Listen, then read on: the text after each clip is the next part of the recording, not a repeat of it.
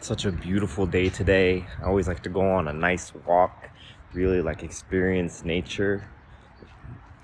I think there's a little creature. Hold up.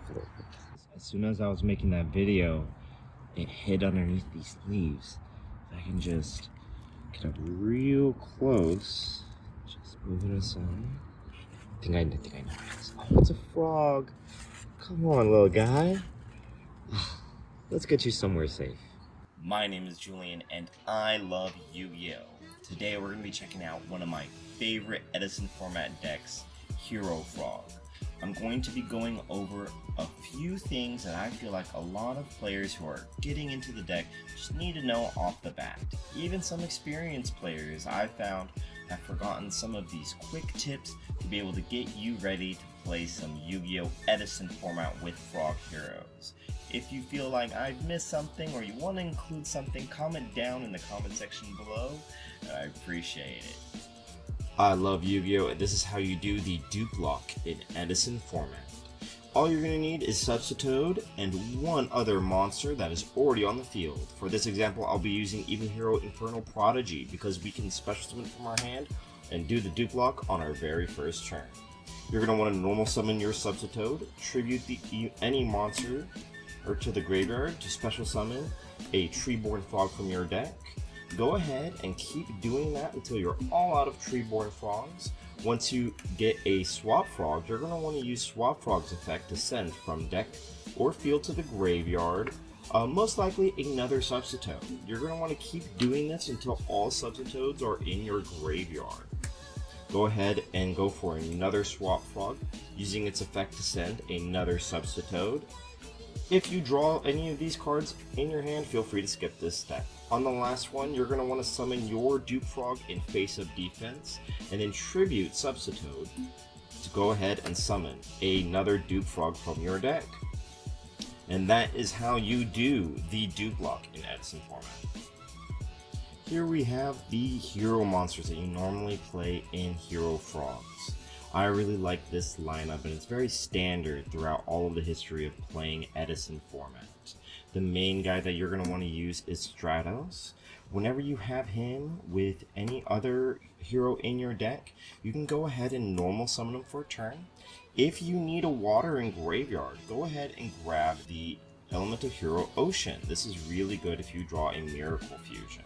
Or if you have a Swap Frog in your hand, you can go ahead and discard this because it is a water. If your opponent has a lot of trap cards, or you're stuck in a really tight game against a royal oppression and maybe just need a beat stick to run over 1800 or less attack position monsters, go ahead and search for Elemental Hero Neos Alias. If you have drawn a lot of frogs in your deck and you just need a tribute summon, or have already drawn your Evil Hero Infernal Prodigy, go ahead and search for Evil Hero Malicious Edge. If your opponent controls a monster, you can tribute summon this with one tribute, and it does piercing. Very good guy. Big fan of this card. If your hand is filled with tribute summons, you're going to want to consider searching for Evil Hero Infernal Prodigy. This will allow you to give a free tribute fodder. I really love this guy. He's come in clutch during many tournaments. I really enjoy playing them, and especially if they beat over your Stratos, you're going to want to have some kind of follow-up. Did you know that Elemental Hero Ocean can also add from the field or graveyard to your hand a hero monster during the standby phase? Many people think it's just the graveyard, but sometimes you're going to want to add an Elemental Hero from your field as well. Don't forget about that, because it could come in clutch when you are playing against someone else. Evil Hero Infernal Prodigy is one of my favorite cards.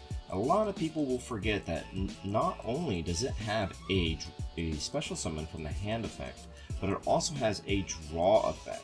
If this card was tributed this turn to tribute summon for a hero monster, you can draw one card. Very, very important to be able to use with Evil Hero Malicious Edge. This draw is also mandatory, so you can go ahead and make sure, get into the habit of when you tribute it for Evil Hero Malicious Edge, don't forget to get that draw. I find that a lot of even experienced Hero Frog players will forget about that draw as well, because it happens during the end phase. Don't be one of those players, and love and appreciate your cards. Miracle Fusion is the heart and soul of Hero Frogs. I recommend using 3 Miracle Fusions in your Hero Frog deck. Don't forget that when you activate it, you can go ahead and non-targeting banish a water and a hero from either the field or the graveyard to go ahead and summon out Absolute Zero. This is a great play for after you've done your frog combo to summon Dupe Frog, and maybe they got past your lock to give you some great recurrence for Elemental Hero Absolute Zero. With all the heroes in your deck, you're going to want to play Reinforcements of the Army.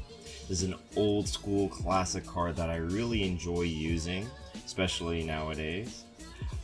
With this deck specifically, you can search my main man, Junk Synchron. I'm a big fan of this guy in Hero Frogs just because it really meshes well with the Frog engine.